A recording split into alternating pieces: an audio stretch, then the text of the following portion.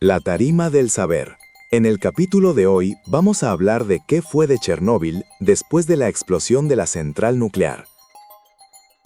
Vale, vamos a empezar con una pregunta que, parece de ciencia ficción, la verdad. A ver, dispara.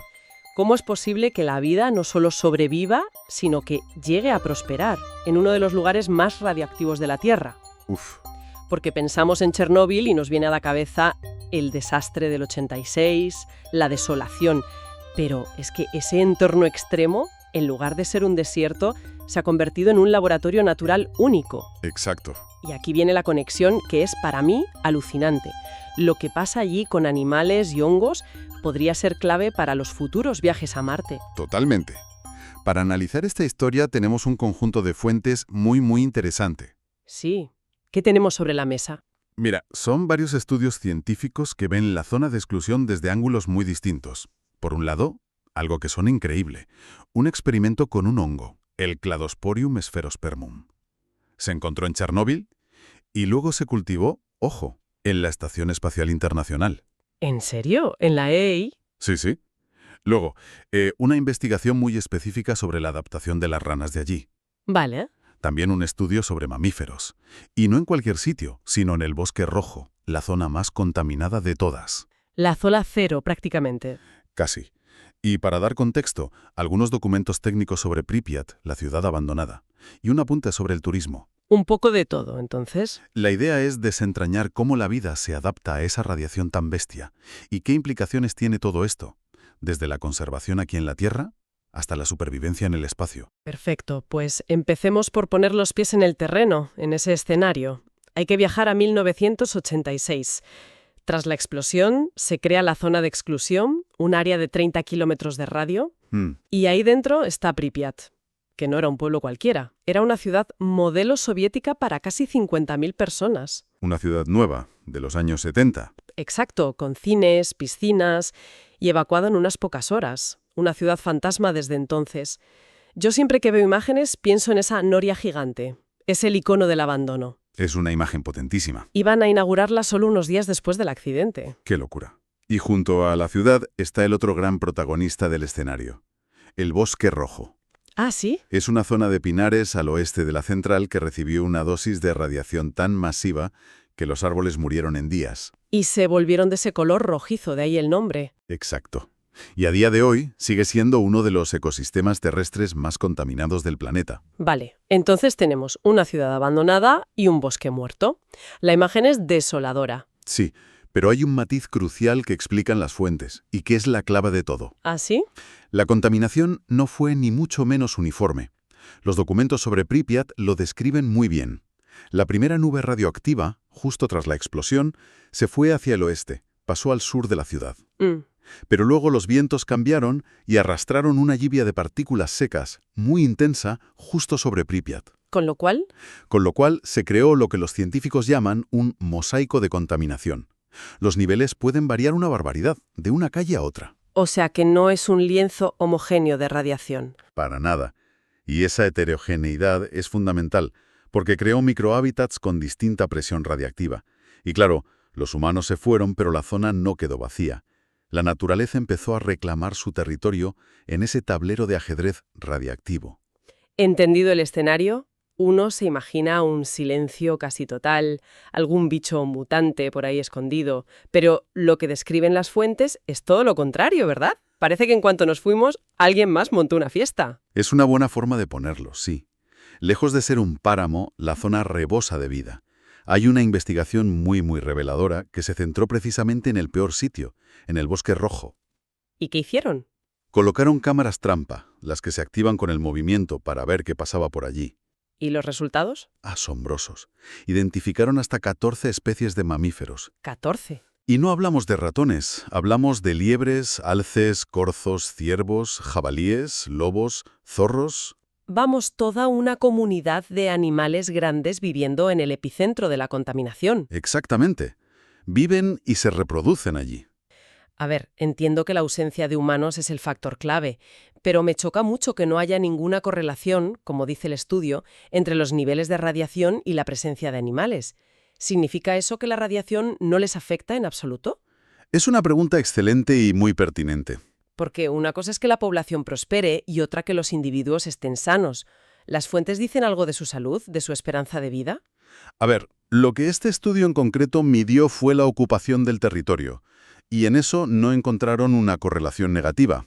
O sea, los animales no parecen evitar las zonas más calientes. Vale. Pues mayores tasas de cataratas, tumores, albinismo parcial en algunas especies o una esperanza de vida más corta. Vale. Lo que sugiere este estudio sobre la comunidad de mamíferos es algo muy potente.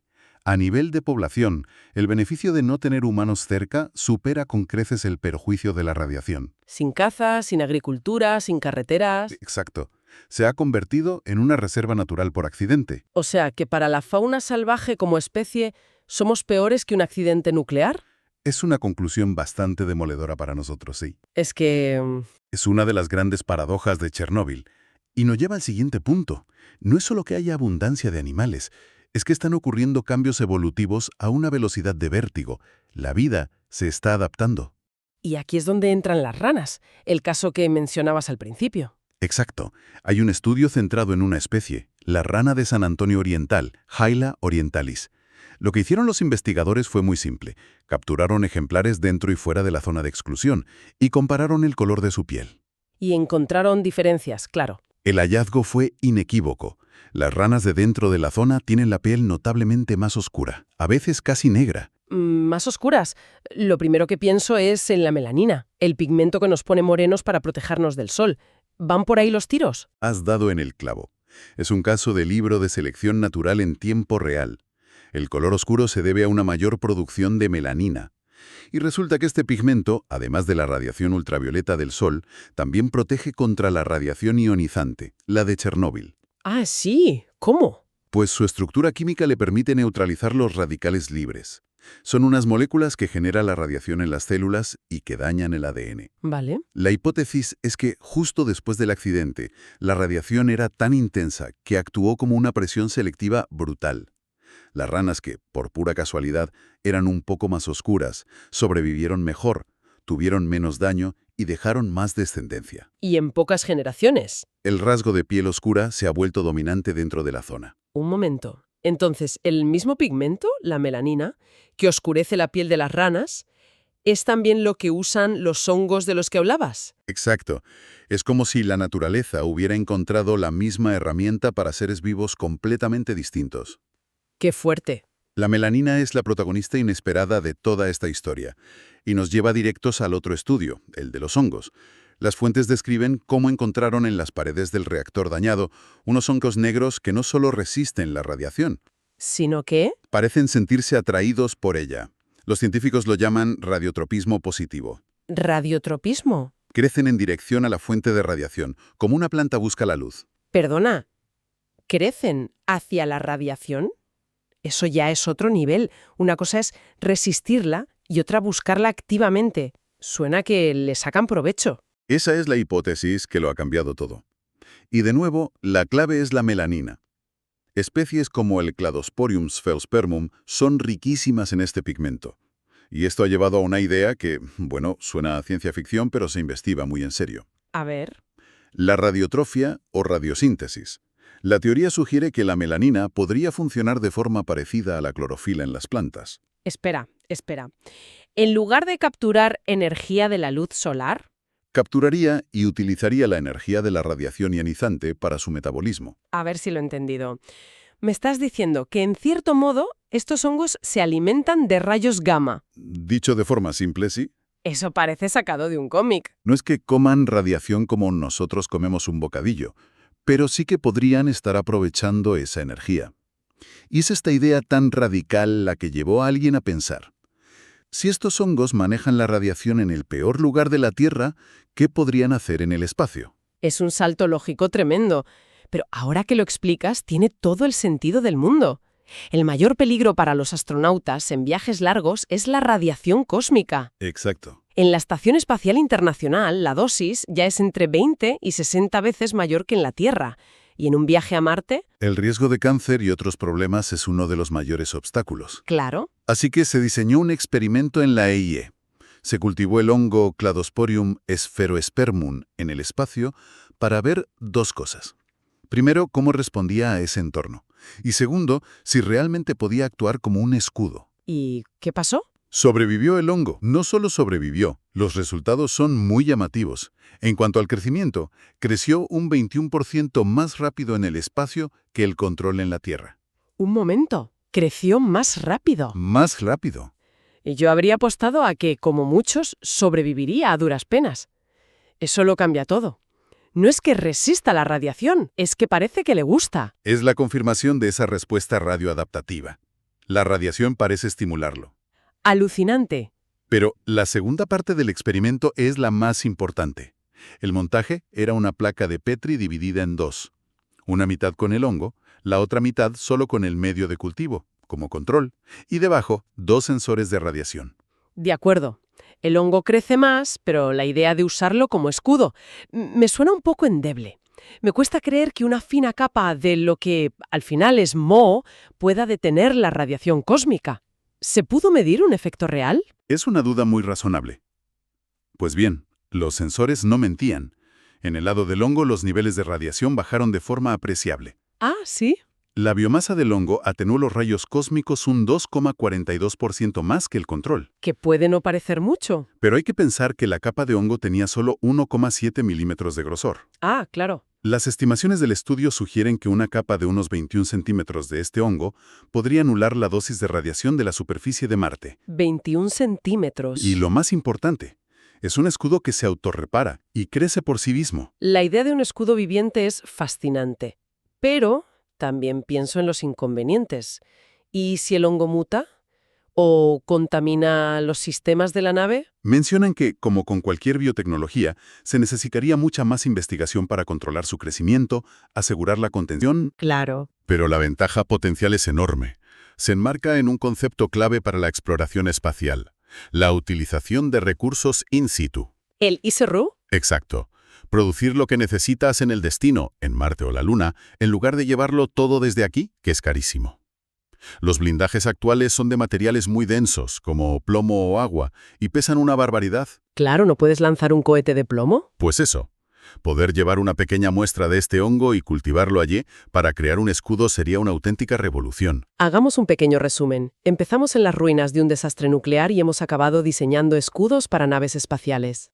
Es increíble el viaje. Por un lado, hemos visto que la vida se abre camino. La ausencia de humanos ha permitido que la fauna prospere. Y por otro, la evolución no se detiene, se acelera. Las ranas oscuras y estos hongos radiotróficos son la prueba, con la melanina como heroína. Exacto. Y esas lecciones nos obligan a replantearnos muchas cosas. Un hongo de Chernóbil podría proteger a los astronautas en Marte. Pero esto nos lleva a una pregunta todavía más profunda. A ver. Si la vida en la Tierra ha encontrado una forma de usar la energía de la radiación ionizante, ¿podría existir vida extraterrestre en lugares que considerábamos inhabitables? ¿Cómo dónde? Pues, no sé, bajo el suelo de Marte o en los océanos subterráneos de lunas como Europa o Encélado. Quizás hemos estado buscando vida basada en la fotosíntesis, cuando deberíamos buscarla basada en la radiosíntesis. Es una idea que te vuela la cabeza. Hemos visto cómo una zona de desastre se ha convertido en una ventana a la evolución y, ¿quién lo iba a decir?, en una pieza clave para explorar el espacio. Es una narrativa de redención biológica completamente inesperada. Totalmente. Y para terminar, una reflexión final que se desprende de las fuentes, que es una paradoja fascinante sobre el futuro de este lugar. La conservación de este ecosistema único podría depender, irónicamente, del turismo. ¿Del turismo? ¿Cómo es eso posible? Pues sí, el interés económico que genera el llamado turismo de catástrofe, centrado en visitar Pripyat, podría ser el incentivo más fuerte para que los gobiernos garanticen que el resto de la zona de exclusión, la inmensa mayoría, se mantenga como está. Libre de desarrollo humano, de agricultura, de industria, tala de árboles. Exacto. La paradoja es evidente, y las fuentes lo dejan caer como una pregunta abierta. A ver, ¿cuál es? ¿Podría una presencia humana muy controlada y limitada a un área pequeña ser la única forma de proteger este increíble refugio de vida salvaje, que nació precisamente por la ausencia total de humanos? O sea que para salvar el paraíso que creamos al irnos, ¿tenemos que volver? Aunque sea un poco. Ahí queda eso. Pues es una idea sobre la que meditar, sin duda. Bueno, pues hemos llegado al final del podcast de hoy. Ya sabes, si te ha gustado, dale al like, comenta y suscríbete para no perderte el siguiente episodio de La Tarima del Saber.